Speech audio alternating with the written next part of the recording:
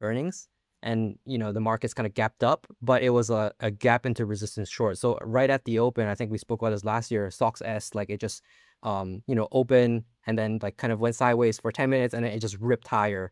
And the next day, the QQQ undercut and rallied against the 10th October low. And the opportunities there were the precious metal space, the memory names, some space names, and the optics, right? And those names actually kind of carried over into next year, and it remains like very strong since then.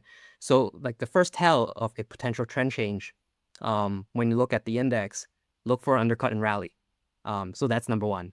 Okay. The next thing was kind of taking into context of what was happening in March, right? So we had the war that broke out. And when the war broke out, you saw oil. So this is the bottom panel of the chart. It began to rip higher. And so what did equities do in relation, right? So as oil kind of worked its way higher, the NASDAQ or the Qs kind of slowly dripped lower, right? And it was just moving in an inverse relation to crude oil. But towards the end of March, you actually saw a slight divergence, right? So I don't know if you remember that period of time where, Trump kind of threatened to destroy the entire civilization of Iran, and oil kind of retire. But what did equities do? Equities went higher too.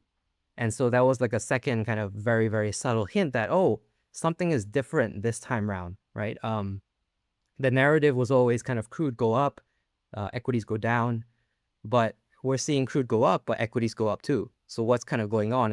And like when you see that, if you closely follow the news flow and the narrative, Jason Shapiro likes to call news failure, right?